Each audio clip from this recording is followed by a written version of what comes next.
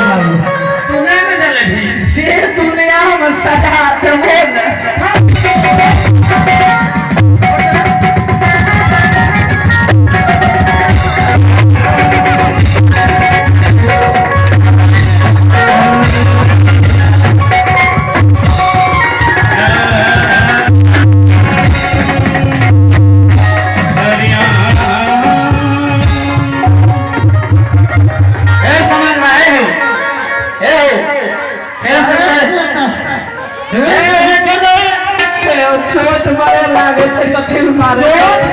मां मुझे ना बात का खाना मौका तो कल न चला दिया फिर न बोला मारबो यारो मार लन्ना बेटा का गन्ना यार तो जो है ना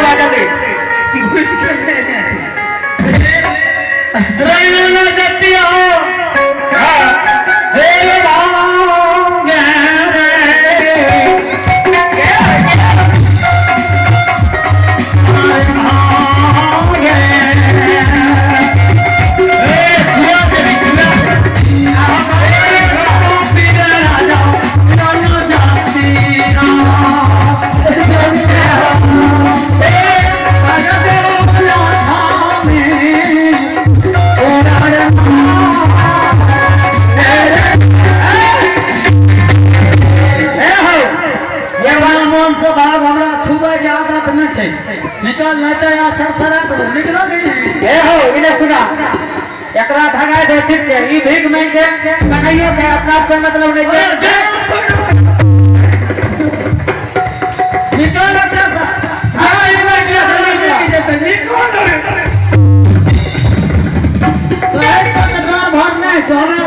ला सजा के लिए फिर से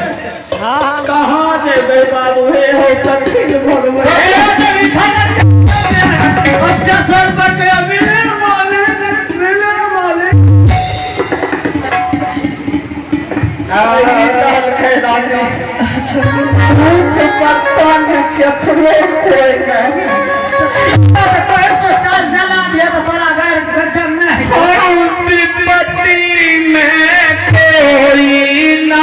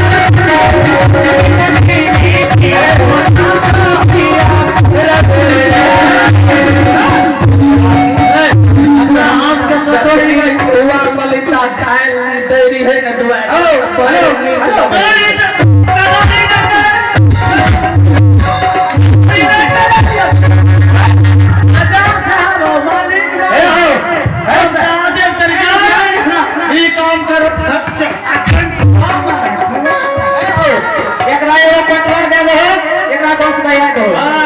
भगुड़िया देने वाले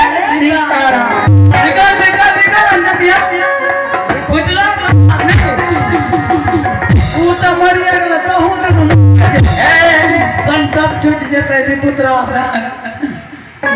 बेटा मरिए गेले हमें दोनों ठीक मर जो मेरे दुनिया में बच के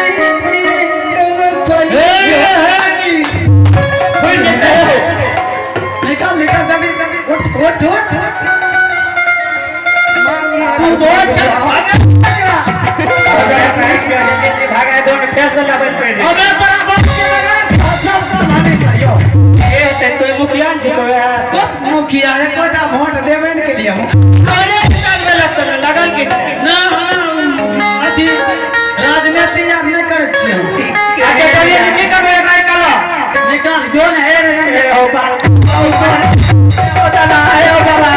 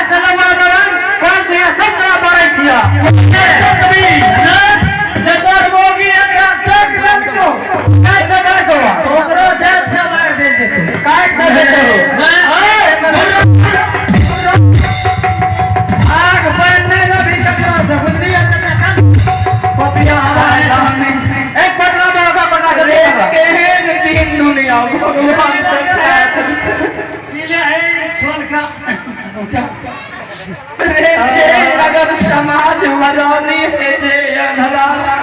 भूला कयाम पियसला आने हम पिलवई तू बात करो पहन दे हम पहले ना जाने थे यार ना हम भोजन कर पाई दिए बिना आय भगवान के मुदैया बन गले अरे जो नहीं कसम सुने ना हमें थोड़ा थोड़ा दिया कर जल्दी भागा जल्दी जल्दी जल्दी भागे ना हो अरे भागे